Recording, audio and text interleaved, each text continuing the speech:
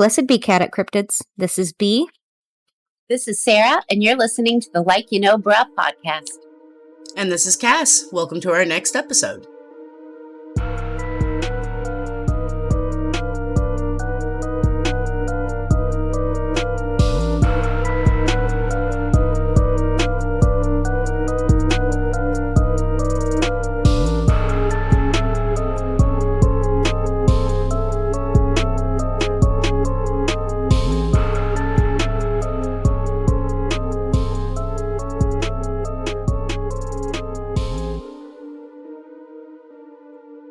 All right. I like it. Vibing. We're just going to stop numbering our episodes, and we're just going to say next episode. If you guys really want to know the number, look at the title. Let us. Well, no, the title. I don't think the title has the episode number in it. But smart ass. Oh no.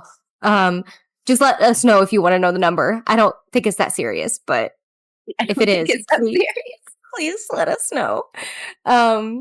And then just as a couple updates, as of this past week, we, on top of no longer numbering the episodes, or saying the number anyway, we have decided, instead of doing a bunch of different topics across the board of metaphysics and supernatural and stuff, we're kind of going to narrow things down to more haunted things or haunted objects, or haunted places. If that's not something that you guys want to listen to, please feel free to let us know. But we feel like it would be best for us to kind of narrow down to a specific topic so that we have easier time scheduling things, researching things when we decide, or when we get big, because it's going to happen. It'll help us with marketing, and advertising, which I think are very, I don't know, is that the same thing? Marketing and advertising? Advertising is in marketing. So. Yeah. Doesn't matter. Point is we just want to make things a little bit easier.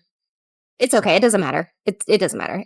We just want to make it to where it's a little bit easier on us and our quote unquote brand as we move forward, to have a specific topic. And like I said, we'll still do one-off episodes where we're talking about like metaphysical stuff, cryptids, stuff like that. We'll still throw in those episodes because that's who we are. We love those things. We're fascinated by those things, but we just want to have a more specific, narrowed down stuff. So, we've decided to remain with haunted items, haunted places, haunted houses. It can be even like haunted forests, roads, lakes, bodies of whatever. It's just going to be haunted type haunted things. Lakes. Yeah. Well, and we still want to hear from you guys. If you guys have any stories you have, haunted stories, but anything that you guys feel like sharing, like B mentioned, we're going to be doing a couple of wild card episodes, of course, because that's us. 3 wild cards in a row, but please send in anything you have, and that'll help. That'll help both the episodes, and we just want to kind of get in touch with you guys and see what everyone's experiencing and what everyone's thoughts are. So please don't hesitate to reach out just because your story isn't specifically haunted related. We want to hear about the cryptids. We want to hear about the lucid dreaming. We want to hear it all. We want to hear about your religious trauma. Yeah. I mean, we just want to hear about you guys. I think this is not just a conversation. I know for me, and we'll get into the episode here in a few moments, but I think for me, it's mainly a way to interact, or have conversations on a weekly basis with my people. But, anybody who's listening in, you guys are our people, and we want to hear from you. We want to know you guys more than just your stories. We want to know who you are. We want to connect with you guys because that's just who we are. We want to build a little community with y'all. Have a little sense of community. Agreed. Your face. So, I guess since we're diving in to haunted everythings, this week we narrowed down to haunted items. Well, okay.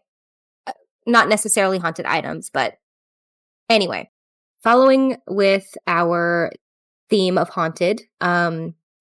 We all have our own haunted objects. I'm not sure what Sarah and Cass have come up with, but I'm doing the Tallman bunk beds.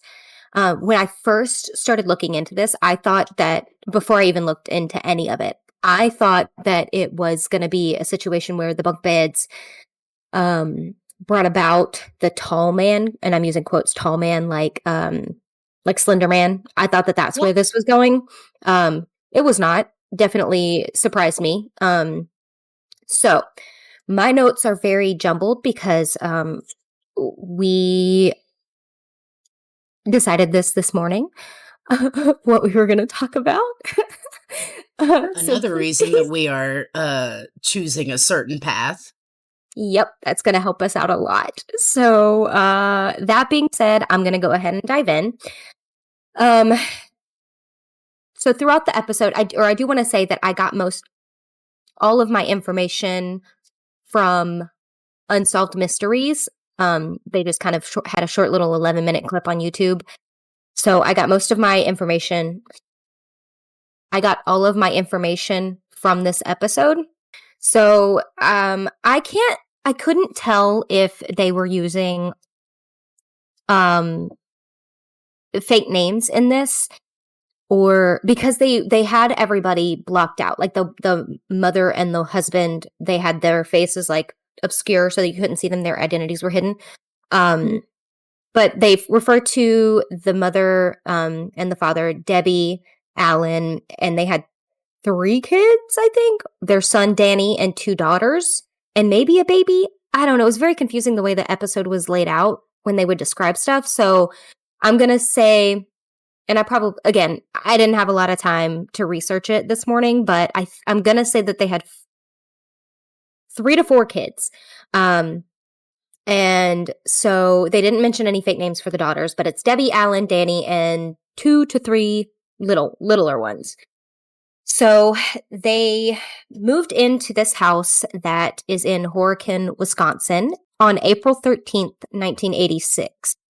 It was a dream house for them, but after only about a few weeks of them living there, okay, see, this is confusing, and I'll get to this part here in just a minute. But I'm gonna kind of go with where my notes are, and then I'll make a note about this in a minute.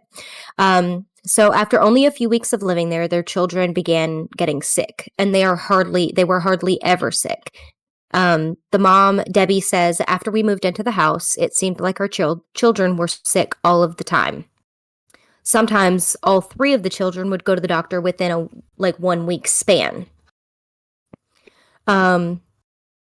And then, so they bought this bunk bed from a secondhand furniture store. They bought it in early February of 1987, and they stored it in their basement. Well, late May of 1987, Debbie and Alan decided to move the bunk bed upstairs. So that first night that they had moved the bunk bed upstairs, their son Danny was sleeping in the room next to the bunk bed. The bedrooms had been rearranged, and Danny had, in his bedroom, he had inherited his parents' old clock radio. That night, the radio started acting up. Danny had ran into the living room saying that the dial had moved. The indicator went from one side to the other. This part, I had to include it because it's important, but I feel like it was important, but it also was like a little bit side-eye-y. Yeah. The husband, Alan, in the recording or whatever, said that they had both told Danny, if you're gonna have a fit with the radio and cause this kind of ruckus, we'll just take the radio out. Which I was like, okay. I mean, I can understand being frustrated that your kid's getting up in the middle of the night. But I'd be and if you're, and these people, I think they were very not nonsensical, but like skeptical about stuff like that. So I can understand that, but the way he worded it, he may not have meant to word it that way, but the way he worded it was just a little like, well, geez, if you're just going to be like this, you don't get the radio anymore. Like, okay. For sure. A few weeks later, Alan had an incident himself. He was painting the walls in the basement, but decided to take a break. Debbie, I'm going to make a comment here because I'm confused. Debbie called him up for dinner, so he laid the brush down, and in the video, it shows him laying the brush down in like the paint, those paint containers that you pour the paint in and you run your brush through it or whatever. It shows him putting it down in there. So Debbie called him up for dinner, so he laid the paintbrush down and was going to return after lunch. Are dinner and lunch the same thing? I don't know. Dinner is supper to me. Yeah, me too. Maybe it's just because they're in Wisconsin, so maybe that's a Midwest thing, and we're just in the South, so dinner, supper are all the same thing. True. That's what I'm thinking. Maybe it was a mix-up in the story? Nope. He was narrating it himself. That was him saying it. I feel like maybe the haunted object heard him be real sassy about the radio incident and was like, okay, bet. Watch. Okay. So he came back downstairs when he was finished, and the paintbrush was in the paint pail. I didn't know how to spell it, but it's basically the container. When I hear pail, I think of something else. But for anybody confused, it was in the container that the paint came in. But instead of being face down with the bristles, it was sticking up with the bristles hanging, like just sitting up. And in parentheses, in my comments, I said, why did this freak me out so much? Because it's so wrong. Yes. And then I added more comments to it. I said, likely the use of creepy music on Unsolved Mysteries part. LOL. Yeah. So Alan felt there was something strange about it, but he refused to accept that the house was haunted at this point. Sure. Mm-hmm. I don't know the time frame here, but essentially they said that their 2-year-old daughter was sleeping on the bunk beds. And she began to see things. In parentheses, I put vomit emoji.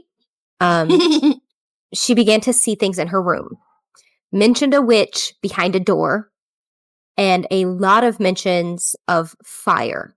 None of this was told to Danny, her brother, at all. So he didn't know anything about this. About a month later, Danny had said, I think he came out of his room and said, Mom, I saw an old lady standing by my door, parentheses, more vomit emojis. She glowed absolutely no. Yeah. No. He continued and said she glowed like fire. And I added a whole behind note for myself. I said, I'm going to froed up. A whole what? I'm going to froed up. I'm going to throw up. And then I continued, said, so glad I'm watching this during the morning. Literal tears of fear in my eye holes. That is all. You may resume future B. Okay. This was when Debbie started to believe the house was haunted. They had reached out to their family pastor who they had known for about 1.5 years, which he mentions that later on. But he said he felt the presence of evil in the house and thought they might be the victims of the devil. Not the devil. Not the devil. So when they called him to visit, this is where he had known them for about 1.5 years by the time that they had called to visit. His name is Pastor Wayne Drobats. It just popped up with his name, whatever. Well, he's a pastor or he was. I don't know if he still is. At the time of the episode airing, he was a pastor at St. Stephen's Lutheran Church. He quote unquote says, I believe that my initial analysis of the entity being in the spiritual realm, the occult realm, demonic, quote unquote, if you will, me, eye roll, was accurate. And I still believe it's accurate. The Tallmans say they never had a moment of peace. Doors banged open and shut. Strange voices called to them. Visions persisted with the children. A week before Christmas, Danny saw something else that had horrified him. They didn't go into detail what that was, but Alan decided he got mad. He got real mad and decided, how dare you see a ghost? Oh, no. He got mad at the ghost. At the ghost and was like, because he had hit his breaking point at this time, and he just came around and he was like, he started. This is his words in the episode. I was like a wild man running around in my house. and I couldn't get no control over it. He said he started yelling, "What's ever in our house, would you please leave my children alone? And if you want to fight, fight with me."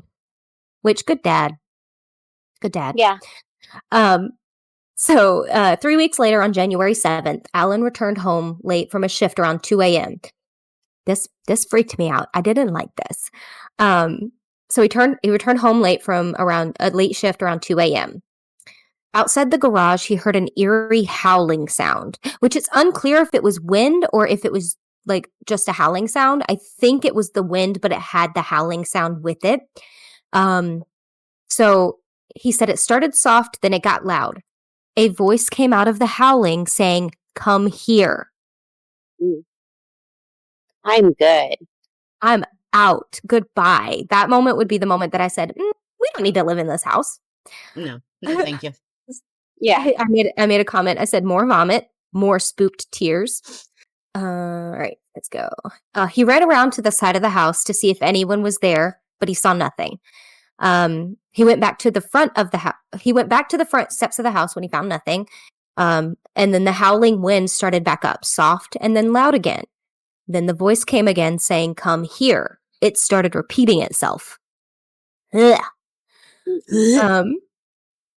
looked to the garage door and saw a glow. In the image, in the video, it showed it looking like a fire. I was a little confused. I was like, "Why are you saying it's a glow, but it's showing fire?"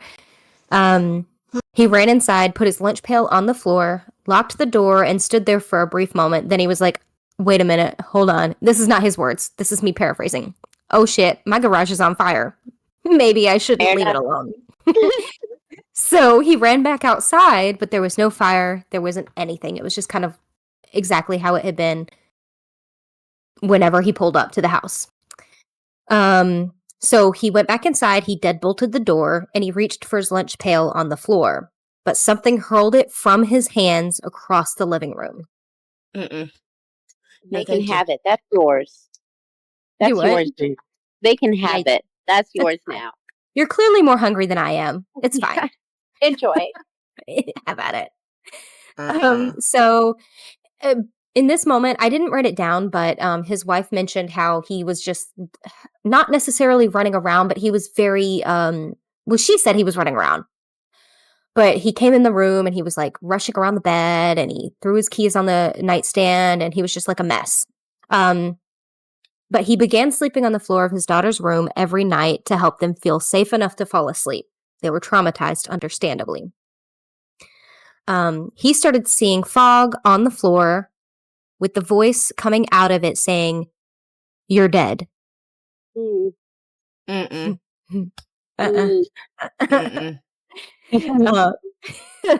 So he came out of the room, refusing to speak. Debbie mentions how his lips were so blue, tears were pouring out of his eyes. So she called the pastor. It was the middle of the night. When the pastor arrived, he said that Alan was terrified and visibly shaken. Like he was physically shaking too. He said that Alan gave, yeah, me too. He said that Alan gave him no indication that he was fabricating anything. He was also convinced because he had been around other people who had similar experiences, and he could see the fear on their faces, and it was very, very similar to what Alan was experiencing.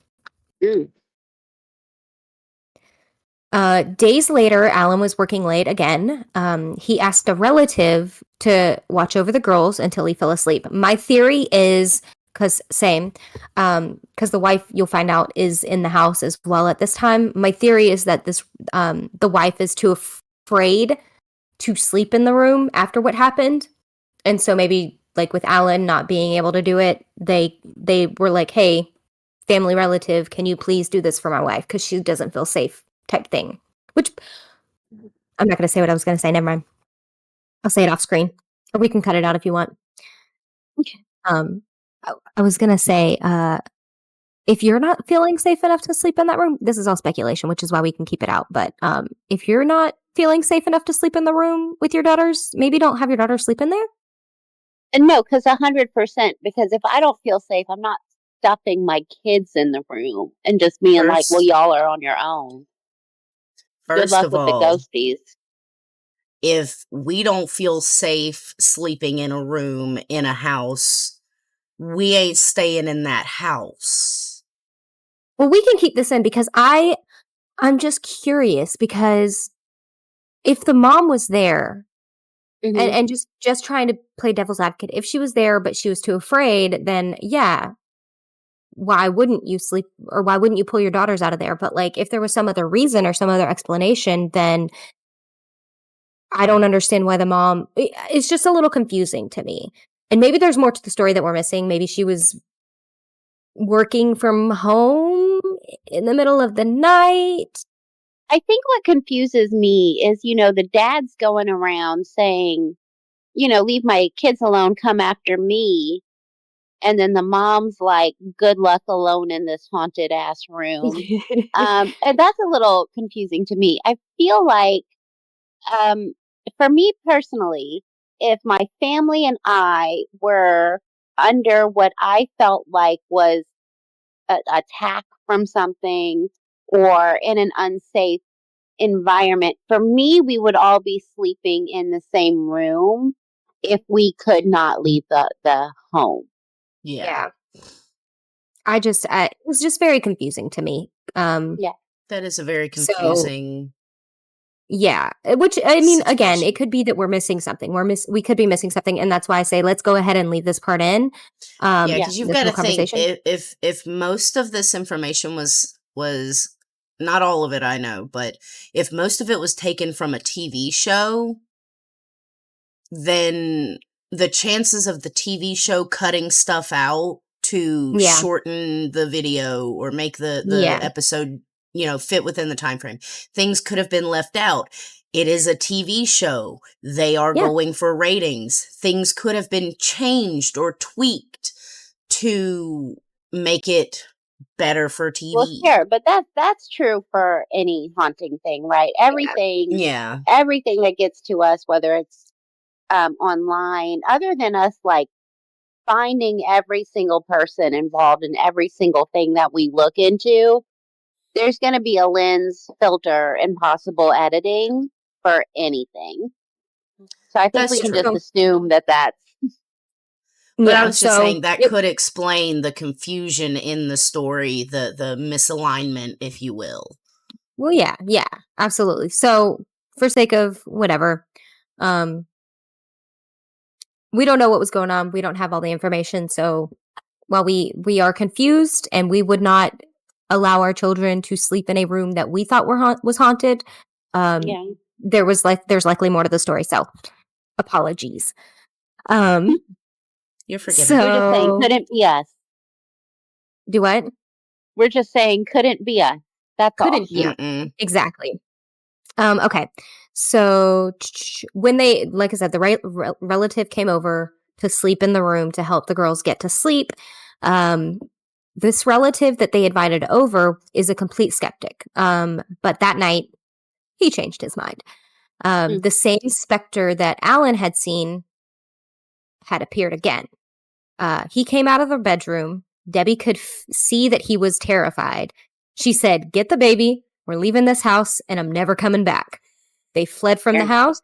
They fled from the house. 2 weeks later, they had the bunk bed destroyed. They moved to another city, and at the time of the Unsolved Mysteries episode, they had experienced no more paranormal shit.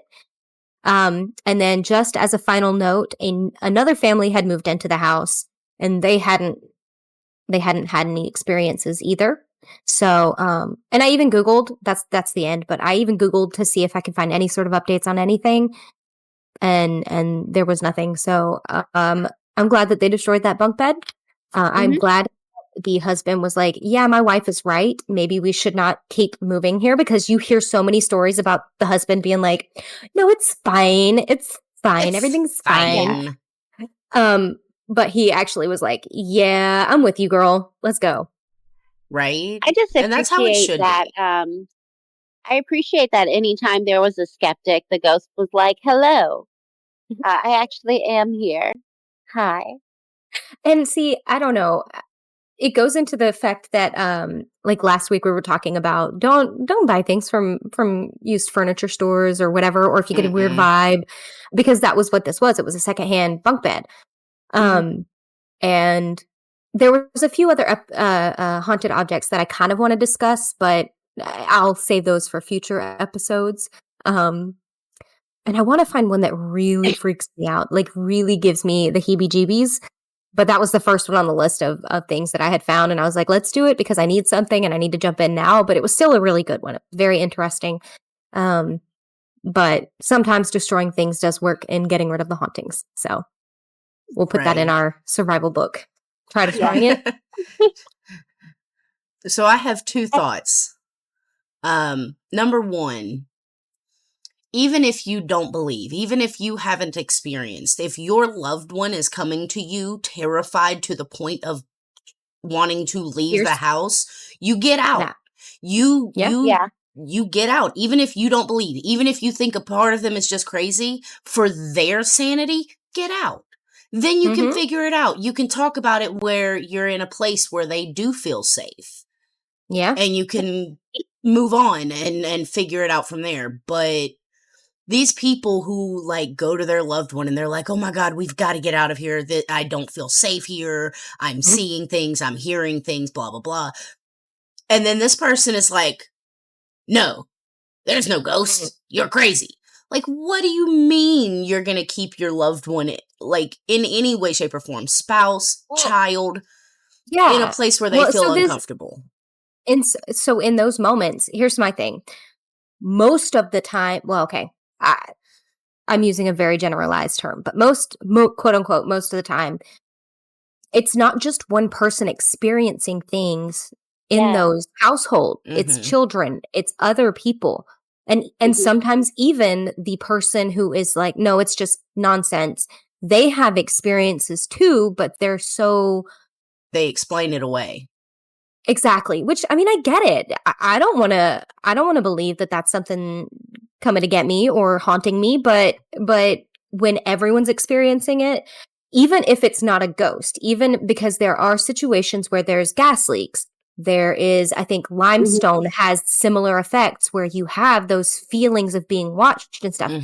It's worth looking into to determine what's causing those. Like electricity stuff. Exactly. It's not something that you need to dismiss. You need to research it and figure out what's causing it. I think that's kind of what it boils down to, though. Even if you don't believe it, believe them. Yes. Like, clearly something is wrong. Agreed. It doesn't need to be a ghost, but there's something. Yeah. So good on Alan, though. So moral of the story, Alan, while we were a little confused by his comments about taking the radio out, he's a good dude. And dinner, supper, lunch. It doesn't matter. He got some food, he came back, and his paintbrush was upside down. This was freaky. It wasn't any meal, because that ghost took it. Not just moved, but in the paint wrong. I just want to iterate. In the paint wrong. Like the handle was covered in paint. The paint. Nope. My brain hates it. My brain hates it. We hates it. Yep. All right. So then Sarah. And I did say two things, but I can't remember the second thing. You gotta take notes, my guy. Oh no, it was a comment that I was gonna make about something that one of y'all has said, but I can't remember what else I was gonna say. It'd be like that. Yeah. It's okay. So I'm actually glad that in that story they burned it, because that helped me kind of decide the order I was going in, because I'm talking about haunted paintings today, which is one of my favorite genres of haunted objects, mostly because you look at the painting and you go, yeah, no, for sure. Of course it's haunted. Yeah, that's clearly, you see it. But so because we talked about burning the bunk beds, the first painting I'm going to talk about, and I'm talking about 3 today, is The Crying Boy. Oh, I was going to do that. That was one of the ones I was going to do. I looked into that one too. Well, it was originally painted by Giovanni Bergoli, which was a I guess a pen name is, I don't know if that's what you call it when you're an artist, for Bruno Amarillo. And copies of this painting were widely sold in the 1950s. And in 1985, the Sun put out an issue with a story talking about how this painting had been found undamaged in a lot of house fires. And so the painting was then blamed for the house fires. That's the painting's supposed curse. Okay. And it got to the point where people were doing bonfires of the paintings. They were burning all of these paintings to try to be uncursed. I mean, I get that. Yeah, I get that too. However, what it turns out, after being investigated, all of these prints were treated with a fire retardant varnish. So if a fire started, the string holding up the painting would fall first. It would fall down face forward onto its varnish and survive the fire that way. That makes sense. Now, we're still not sure. There's not a lot of evidence of like how many fires there were. Because even if it was the varnish, I feel like if there are enough fires related to it, it still gets some side eye. Yeah. Yeah. Right? Because, I mean, the chances of that many people, or however many people, having a house fire and also this painting, like eventually the odds get weird no matter how you look at it. No matter how you look at it. Yep. It at some point it's no longer a coincidence. Yeah. So even with the varnish aside, if I had more information, but all of these stories are vague, right? Mm-hmm. So it could still cause the fires. I don't know for sure, but that's the reason that they survived them. Then the next painting we're going to cover is The Hands Resist Him, which I think, to me, this is the most famous cursed painting. Is what I would say. Yeah, no, I hate that. That name is awful. So Bill Stoneham in 1972 painted a picture of a boy and a doll in front of a glass door with hands pressed against the door. Oh, I'm uncomfortable. Yeah, yeah, it's kind of like creepy to begin with. It's not. I'm gonna go close this. I'm gonna go close this door real quick. Can you hold on just a second? Because I can see it in the reflection and I'm getting freaked out. So hold on. Okay, so for anyone listening, we are in the place that I'm recording. There is a door behind me, and we're Discord video chatting. And in mine, all I saw was the door behind me wide open with a mirror, and it was freaking me out. So, absolutely not here on this day. Not having this conversation. No. Okay, continue, please. So, in the words of the painter, the doorway actually represents, the moment between waking and fantasy. So I think this man was under the impression that this was a whimsical painting, right? Because the doll was supposed to be the goddess. It's not, by the way. It is horrifying. We'll post a picture of these paintings on our social medias after this airs for you guys to see. Yeah, definitely. We'll give you a little look-see. And so the painting floated around a bit. It was bought by actor John Marley, who was in The Godfather. Oh. Now, there were no rumors of a haunting until an elderly couple, words of Wikipedia, not me, I don't know them, but they listed it on eBay in 2000. And they listed it as a haunted object. They, according to these people, the figures in the painting would move around and sometimes even come out of the painting into the room. You can absolutely get fucked. And they're like, would you like to have it in your home? And people who saw the painting, who would even just see like a picture of the painting on the internet, reported a kind of an unpleasant feeling, right? They were like, it's gross. Makes sense. I can understand that. I will tell you that it was listed for the first bid, I think, was about $200. But when it blew up and this painting was getting sent everywhere with this haunted story, it ended up going for much more. How much more? Well, also, I will throw in there two things. First of all, when Bill Stoneham heard all this, he was really surprised. He wasn't like, oh, yeah, no, for sure, it was haunted. I don't know what you guys were thinking of. He was surprised. He did mention that both the art critic and a gallery owner that reviewed and stored the painting died within a year of seeing it. That man was like, not my whimsical fun painting. Yeah, not my cute little. What is the name painting of the painting again? I want to look it up real quick. The hands resist him. I was looking into doing this one, and she saw that I was looking into it, and she was like, no, this is my thing. I was like, put it down. No, I don't like that. Yeah, no. Now you can. That is not whimsical, by the way. It's not whimsical. He ended up making a series. There are, I believe, 3 paintings. You can go online and see all the series, and also really how far you can stretch the meaning of whimsical if you try. Because we have different ideas.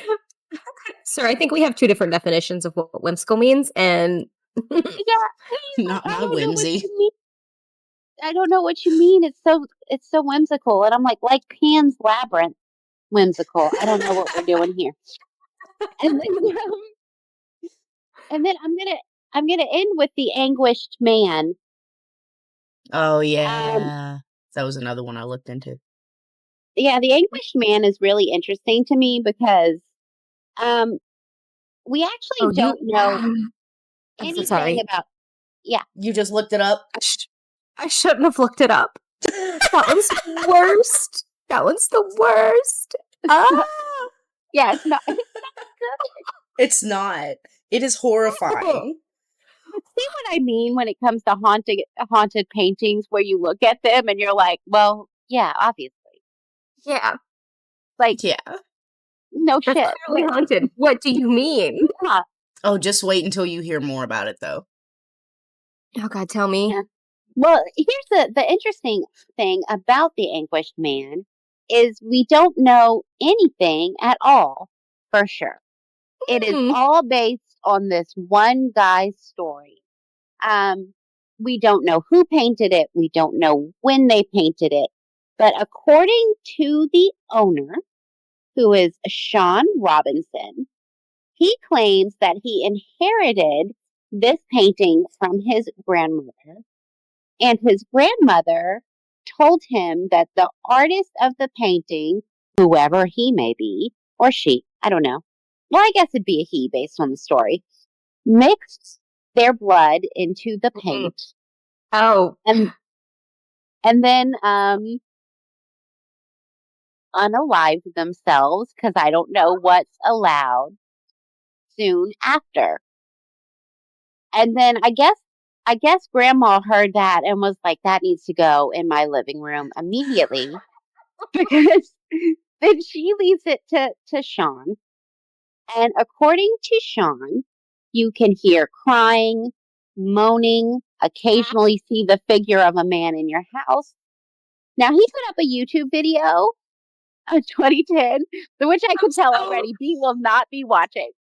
I'm so unwell. So you can go watch this man's YouTube video. It's still up. People who have been in the same room. People who have been in the same room as the painting have reported nosebleeds and nausea. But again, I've seen the painting, clearly haunted. I don't know what people thought, but so we don't know anything for sure. There's no solid background. And I guess where my curiosity comes in, if we don't know who this person is and when the painting was made and all of this stuff, then how do we know these details of like the blood in the paint and the unaliving after? Like, how do we know that if we don't know anything about the actual artist? I think, and this is partially me gaslighting myself so that I'm not freaked out by this painting as much. I think that the grandma was irritated with Sean and wanted to get him off her back. Yeah. And she was just like, hey, that painting you see hanging up in the living room, this is what happened. To freak him out, to make him leave the living room. So, I mean, you know what? That might be it.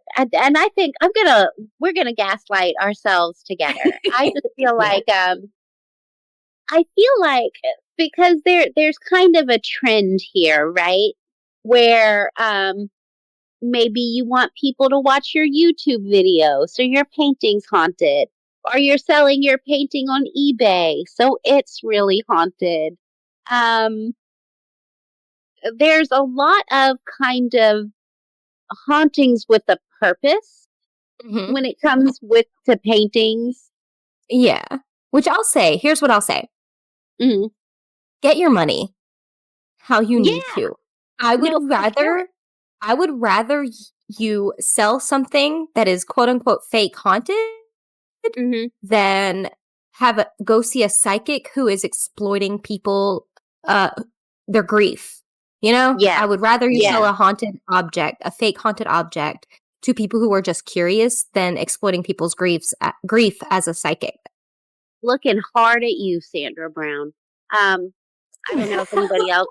I don't know who that is, but if Sarah calls them out, I might be getting her name wrong, but she used to go on shows and psychically communicate with people who were missing to their family members. And awful. Oh, it's there Sylvia was another Brown. lady, the Long Island medium. It might be Sylvia Brown, but there was also the Long Island medium lady. Oh, that lady makes me mad. But the thing is, she got a lot of things wrong, and she told this couple, this is the thing I remember mostly, and I'm sorry, I know this is a tangent, but if Sylvia Brown has no haters, I'm dead. But she told a couple that like their missing daughter was gone, and then they found the daughter years later, and it makes me mad. Yeah, that stuff never sits well with me ever. Yeah, because it's just it's so shitty. It's so icky. It's so is icky.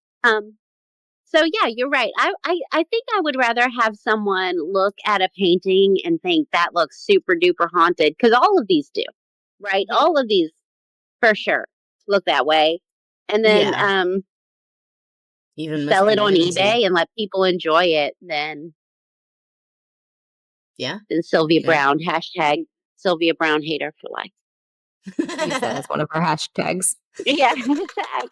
For life. We're gonna get hate immediately, and also some much love, because there's some people that's gonna be like, not Sylvia Brown. I'm sorry, I'm not trying to alienate anyone, but if you like Sylvia Brown, argue with the wall. Yeah. No, I'm a Sylvia Brown hater. You have no. Well, so with listening to Morbid with their true crime stuff, there are so many situations and instances where psychics will like reach out and be like, oh, well, I know where this person is and I know what's happening. And it's just, first, especially when they insert themselves into crimes, like crime scenes and crime investigations, you're wasting time. You're wasting time, resources that could be spent elsewhere. Well, and that's detrimental. And that's what upsets me too, because, especially with crime, when someone's missing, the window is so small most of the time. And to have someone, like you said, call in, insert themselves. And I get that maybe there are a few people who genuinely believe that is a gift they have. Yeah. And maybe, again, as someone who doesn't know everything about everything, maybe a handful of people have that gift. I just don't know. I can't imagine going on a show. It wasn't Maury, but it was something like that she would go on. And having some lady be like, "Oh yeah, she's near running water, she's passed away, whatever."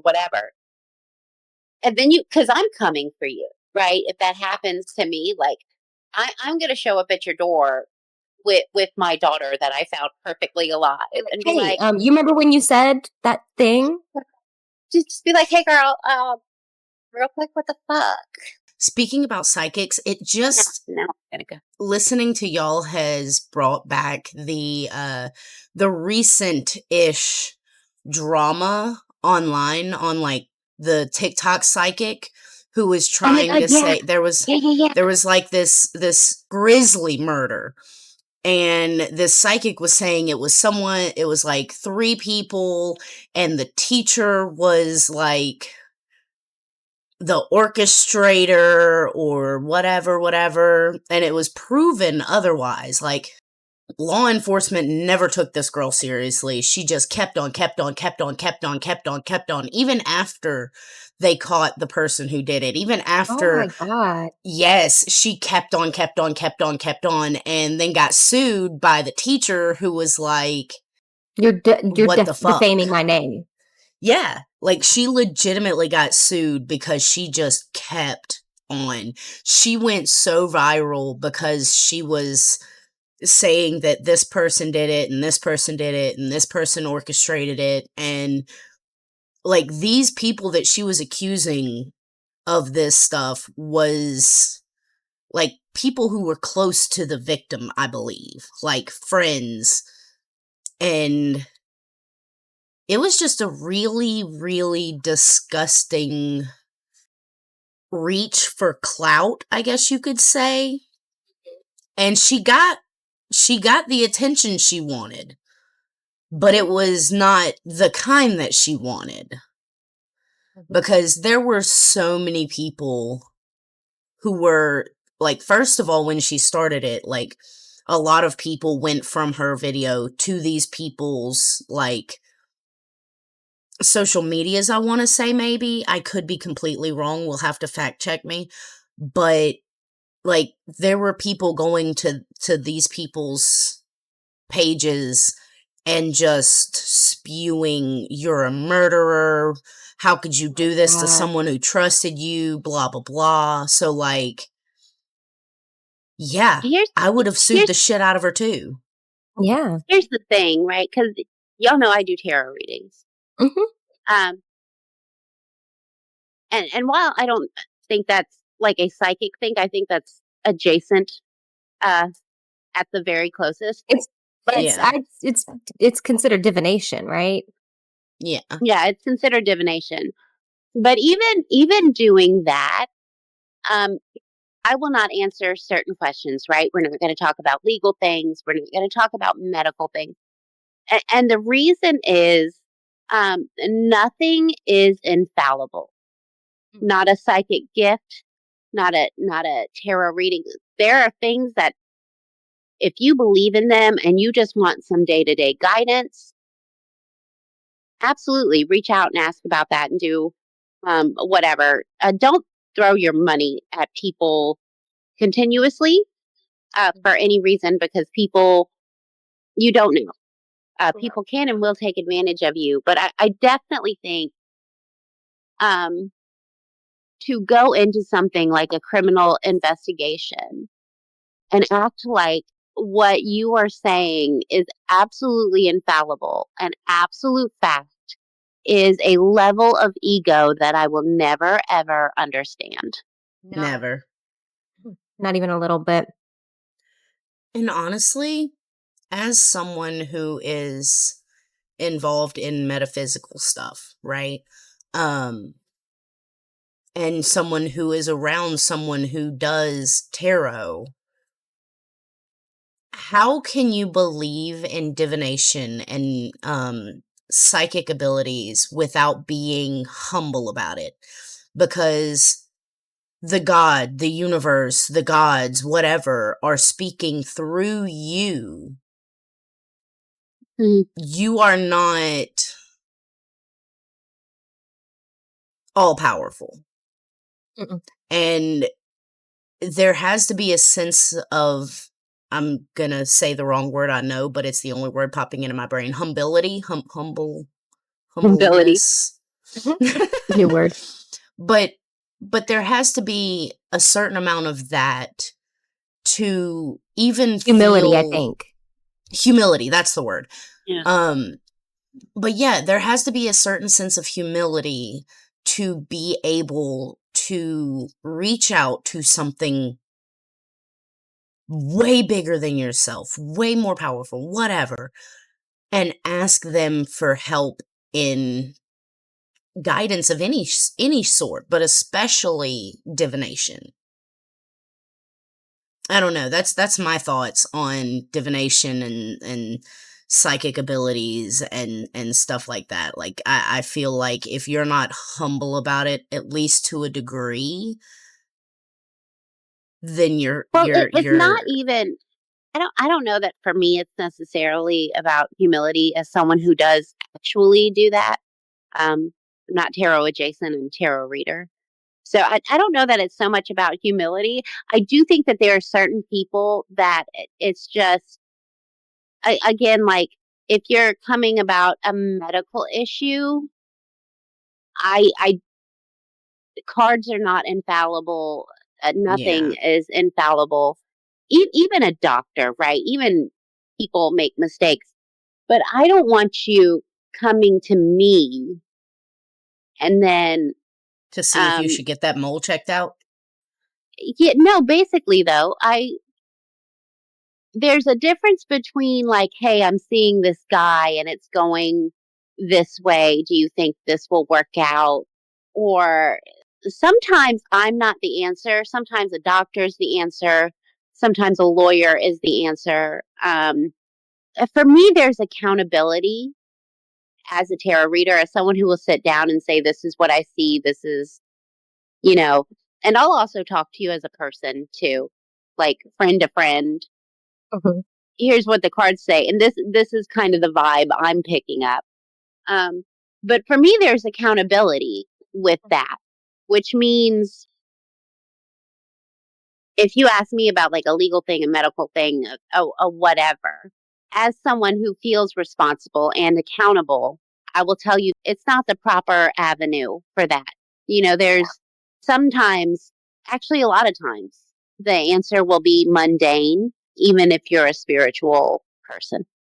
With stuff like that, and then we can get back on topic after this, unless you guys have something else you wanted to add. But it's all, at the end of the day, you have to be realistic. You have to be, you have to look at things and you're like, okay, I have faith in these things. But that's just like saying that, like we've said before, manifestation is more than just saying some words. You have to do other things. You can't just take things for face value. You have to do other things, but you also have responsibility on yourself. And I think with these psychics or people who claim to know things, you have a certain responsibility to the people that you claim to care about, the people that you claim to be trying to help. You have a certain responsibility, just like with doctors when they're telling you things. They can't just be like, he's going to be okay. Or, you know, doctors can't do that. They have to be like, we're going to do our best. You have a responsibility when you have something like that. You can't just be like, oh, your family member, I know where they're at. Like, well, yeah. Because it's like holistic wellness. And I'm sorry if I stepped on you. I did not mean to. It's like holistic wellness, right? Like, yes, you can use the essential oils. Yes, you can use the crystals, but also take antibiotics, right? like there's some, all of your life, really, you need to live a holistic life where you have your spirituality or your religion or your whatever. But we also live in a society with bills and, all of these things happening. So you need to be able to take the mundane steps to go along with spirituality, which tends to be more of a booster, I would say, as opposed to the main vaccination, I think is how I look at it. Yeah. Yep. I like that. Well, with that being said, Cass, what's your haunted thing? Okay, so I actually changed it up about halfway through Sarah's thing. Because I'm gonna tell you what I was gonna do. So there's this ring that is said to have a curse, the Ring of Sylvanus, I think it is. But even when I was thinking about adding in another haunted thing, which was gonna be oh god, what's his name? Bela Lugosi mirror. He was an actor who played Dracula. Yeah. Yeah. So he was an actor who played Dracula, and there's this whole thing about this mirror that he had being haunted, and you can see shadows in it and stuff. But with both of those stories, I would maybe be talking for 5 minutes about each story. So it would, combined, like, they were very short stories. But then as Sarah was talking, I remembered about the haunted island, the Isle of the Dolls. I am not going to try to say it in Spanish, but it's it's south of the center of the city of Mexico. And so the story goes that this guy, Don Julian Santana Barrera, he started collecting dolls and hanging them around the island. The story goes that it varies, but he found a little girl face down in the water, and the story varies on whether he just came across her or whether he failed to save her. And so the next day, he saw a doll drifting down the canal, and he believed it belonged to her. He hung it on a tree in her memory and as a talisman to ward off evil spirits. It's also sometimes claimed that he found a second doll in the canal the next day.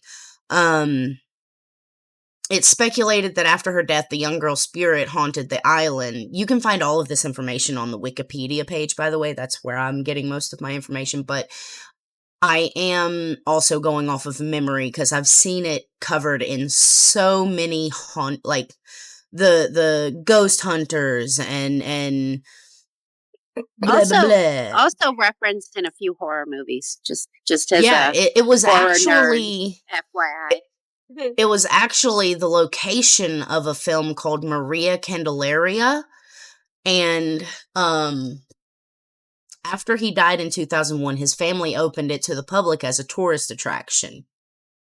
But yeah, I've seen this covered on so many different shows, like Fact or Faked, Paranormal Files. Shout out, that was one of the best shows because they tried to debunk stuff. So on this island, there's 3 huts. There's a small museum now, and hundreds of dolls, like hanging from trees, sat on like almost not altars, but I don't know, like the huts have spaces dedicated to dolls, and it's so you've just got to go and watch some of the episodes covered by Ghost Hunters, maybe not Ghost Adventures. We don't know about Zach Baggins. Who dat? I know. She's like, he's on the same level as Sylvia Brown. He really is. Has no haters. I've got bad news about me. But yeah, so there's been so many different like actual shows. I'm sure there's hundreds of ghost hunter YouTubers that have gone to the island, and it's been some of the creepiest stuff I've ever seen. Like, even without any activity, just the sheer amount of hanging, rotting dolls. It is disgustingly unnerving to even see it on camera. I have never been, never want to go. I might want to go to like see it in passing, like, oh, hey, there goes that island. Keep the boat moving, because we're not stopping there. No. So Sorry, it's speculated. Go ahead. So with your story, will you go into any stories of people who have had any experiences on the island? Ooh, what a great idea. I could definitely do that. Because there has to have been some sort of experience with these. Maybe. Oh yeah. I don't know. I'm sure. Okay. Like, even if I just go to some of the ghost hunter, like, my favorite videos to find haunted clips in are people who are not ghost hunters. So, like, urban explorers who go to places and they're just, like, exploring the place, and then, oh my god, dude's throwing up after a shape flew into his back. Like, what do you mean? So, like, I'm sure there's plenty of documented experiences. Yeah.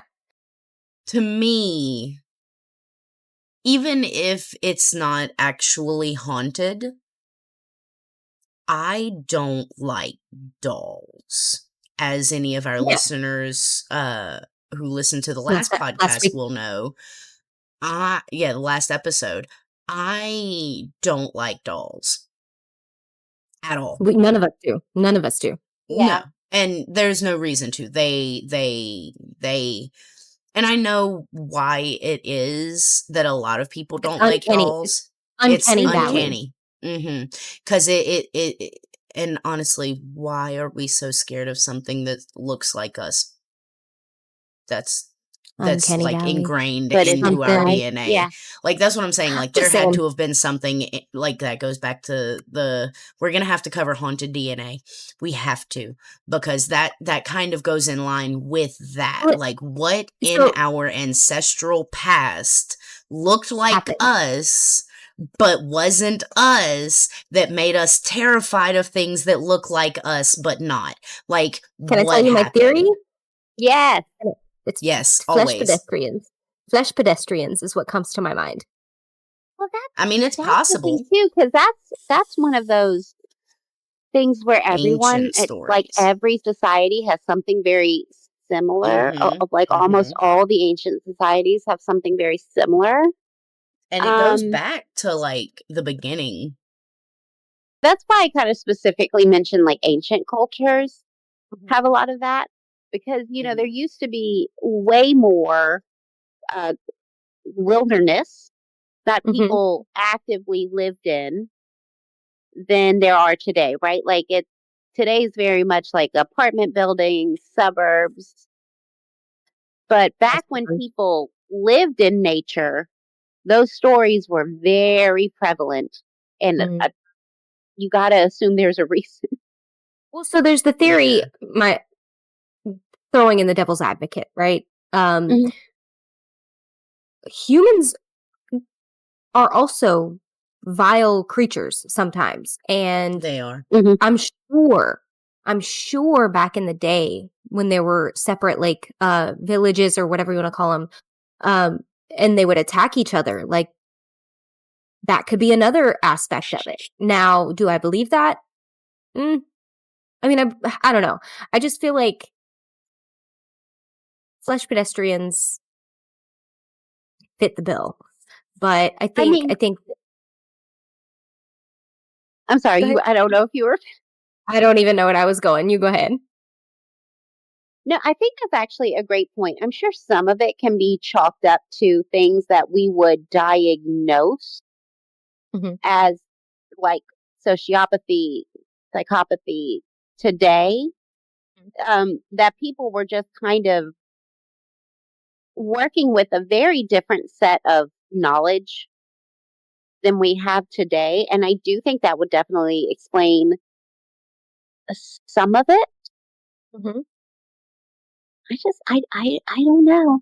I don't know. Well, you also think about the fact that, like, okay, going into psychopathy, and I'm so sorry to get off topic, but going into psychopathy, like, I'm not sure if, like, schizophrenia or any of these things have always been in humans or prevalent in humans, but if they have been, just imagine, right? And then mass hysteria, put that on top of it. You have someone who sees something in the woods and they say, "Oh my," who has schizophrenia, but it's not a thing back then. So they say, "Hey, I saw this thing in the woods." And then another person who's easily influenced, just like we were talking about last week, when you get scared, you start seeing/hearing things that aren't really there, even though you don't have any like schizophrenia or psychosis type things. So this person who has the psychosis tells the person who doesn't, but they're influenced, and then they start seeing it, and then they tell other people, and it becomes a mass hysteria thing that humans have gotten into their, DNA at this point, because they're so scared all the time, and they see these things and they don't know how to explain it. They don't have science like we do. It could be that.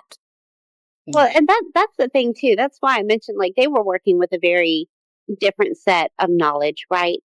So we understand that there are both injuries that you can see on the outside and diagnose, but that there are also people whose neural pathways work very, very different, which is not something you could actually just look at and be like, oh, well, I mean, sociopathy, clearly.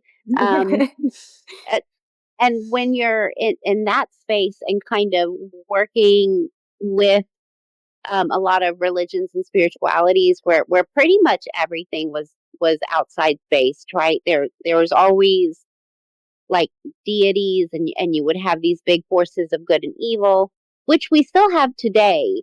But today we can say like, oh, you have this, and I believe in angels and demons or whatever. But back then, you kind of only had outside forces of good and evil to attribute mental illness, anything you couldn't see to. So I can see both sides of that. Yeah, definitely. But yeah, okay. So all of that, Cass, if you want to continue with the Haunted Doll Island, just kind of do some research this week to see if you could find any people who have had experiences or even videos where you can describe what happens. I know with us diving into the haunted stuff, I think I just want to kind of stay focused on, try and keep us focused on the haunted stuff, and more than just creepy uncanny valley stuff, if that makes sense. Yeah. You know what I'm gonna do? If Cass is gonna look for stories that are like firsthand experiences, I'm gonna try to see if I can find a firsthand account of someone that has owned a haunted painting. I mean, the Anguished guy owns the painting clearly and did his stuff, but I would like to see if I can find something where one painting has multiple first-hand accounts. Ooh, that's good. That would be cool. I would say, yeah, I agree. What I would say is also maybe have a backup in case you can't find anything. That way we're not scrambling last minute. Yeah, I can definitely find like something else as well, just for a backup. But I think that's what sticks out about my stories is it tends to be like, oh, we're gonna sell it and now it's haunted, or there's no history. Yeah, I mean, and even with because there's no they're also vague. I would love to find something where it's like that you can trace throughout time, where everyone had a similar experience. Yeah, I agree. I'm very interested to hear more of that. And what I'll do, what we can do this week is we can find the pictures of the paintings, pictures of the haunted island, and we'll share. I'll see if I can find something pertaining to mine. I don't think there's really much any pictures pertaining to mine, but I can try and see if I can find anything. Just a picture of a bunk bed. Honestly, I guess that's all we have for today. If shit gets weird, get weirder and lean into it. Bye, guys. Bye.